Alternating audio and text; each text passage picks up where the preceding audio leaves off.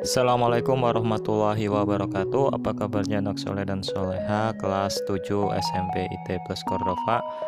Ya, kali ini kita akan belajar matematika tentang sifat operasi bilangan bulat. Kalian perhatikan terus videonya ya. Oke, terima kasih. Nah, sekarang kita belajar tentang operasi hitung. Nah, kita akan belajar dua operasi hitung pada penjumlahan dan pengurangan karena hanya dua ini yang bisa dilakukan di sini ya. Yaitu adalah komutatif atau pertukaran.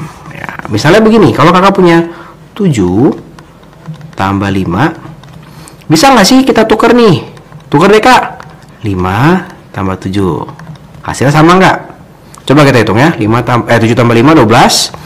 5 tambah 7 sama nih 12. Oh, berarti kalau penjumlahan, nah ini berarti nih kalau penjumlahan, oke nih, penjumlahan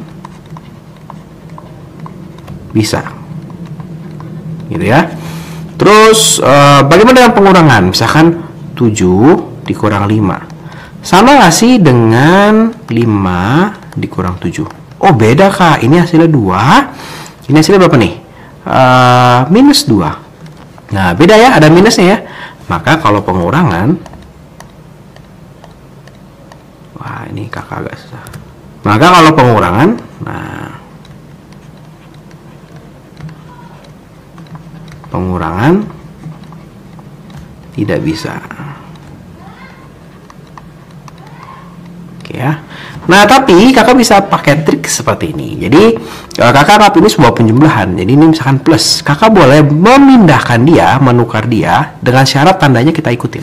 Contoh, misalkan kalau kakak punya 7 dikurang 5, ini kakak boleh, ini kan plus ya, kakak boleh tulis begini, min 5 ditambah 7 gitu.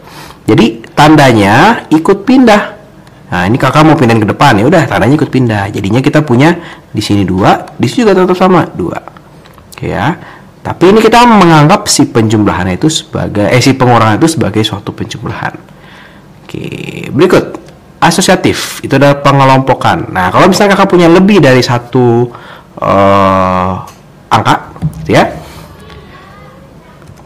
Misalnya kakak punya 7 tambah 5 tambah 2 gitu ya. Terus kakak mau ubah deh hitungannya. Misalnya bisa nggak sih kalau misalkan ini kan ada 3 ya. Bisa nggak kalau kakak hitung 7 tambah 5 dulu? Apa bedanya sama kalau kakak hitung 5 tambah 2 dulu? Hasilnya sama apa enggak? Gitu ya. Itu asosiatif ya. Associate, dikelompokin. Bisa nggak? Gitu ya. Ini adalah 12 ditambah 2. Ini adalah 7 ditambah berapa nih? Ya, 7. Oke ya, berarti hasilnya sama-sama nih, 14 sama 14. Gimana dengan pengurangan? Kita coba ya, misalkan kita punya 7 dikurang 5 dikurang 2 gitu ya. Bisa nggak nih, sama nggak nih kalau 7 dikurang 5 dikurang 2 tetap sama, tapi kakak kerjain ini dulu. Sama kakak kerjain ini dulu. Nah, misalnya begini, kurang tepat, bentar.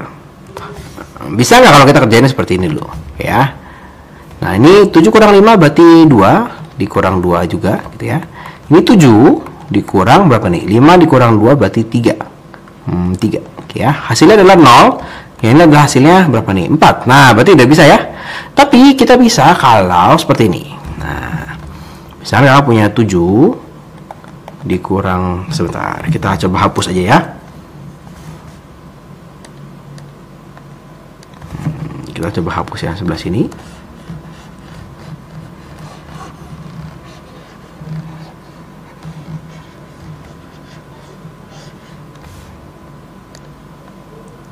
Nah, misalnya kamu punya 7 dikurang 5 dikurang 2. Di sini juga sama, 7 dikurang 5 dikurang 2.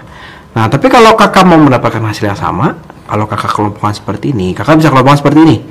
Ininya kakak pindahin begini. Nah, tapi ini ada tanda dong, hilang dong. Nah, ini harusnya plus gitu ya. Jadi sama seperti tadi, kita mainnya kita menganggap dia sebagai suatu penjumlahan.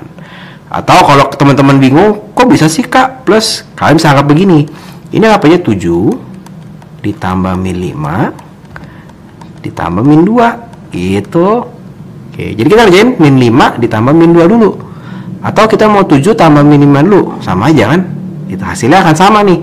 Oh, ini adalah 2 dikurang 2. Kalau kita kerjakan, berarti ini 7 ditambah min 5 ditambah min 2 nih. Min 5 tambah min 2 kan hasilnya min 5 kurang 2, min 7 gitu ya. Nah, ini hasilnya juga sama nih, 0, ini juga 0, sama. Oke. Jadi kalau sebagai pengurangan kita tidak bisa asosiatif dan tidak bisa komutatif. Tapi sebagai penjumlahan bisa, dan itu bisa kita pakai konsepnya dalam pengurangan dengan syarat tandanya kita ikut sertakan. Oke. Nah, ada lagi identitas. Kakak udah bilang ya, kalau identitas, kalau penjumlahan dan pengurangan adalah 0. Ini kakak salah tulis. Oke. Misalkan kakak punya 7 tambah 0 ya pasti 7 gitu, nggak akan berubah. Oke ya, 7 kurang 0, nah ini juga 7, nggak akan berubah. Gampang. Nah, kita coba soal latihannya. Nah, jadi apa sih fungsinya si asosiatif dan komutatif? Itu nanti berfungsi untuk mempermudahkan kita menghitung. Mempermudahkan gimana nih, Kak? Nah, contoh seperti ini. Kakak punya hitungan seperti ini. 171 ditambah 324 ditambah 429. Kalau kalian ngitungnya Ira 171 tambah 324, Kak. Ya bisa pakai susun ke bawah. Terus hasilnya ditambah lagi 429, bisa susun ke bawah. Tapi kalian harus teliti, ternyata ada angka yang bisa saling melengkapi. Saling melengkapi apa? Yang kita lihat adalah begini. Ada nggak sih angka-angka yang kalau dijumlah hasilnya tuh 100, 10, 1000 gitu. Bulat. Contohnya, kalau di soal ini 171 dan 429 ini sangat menarik.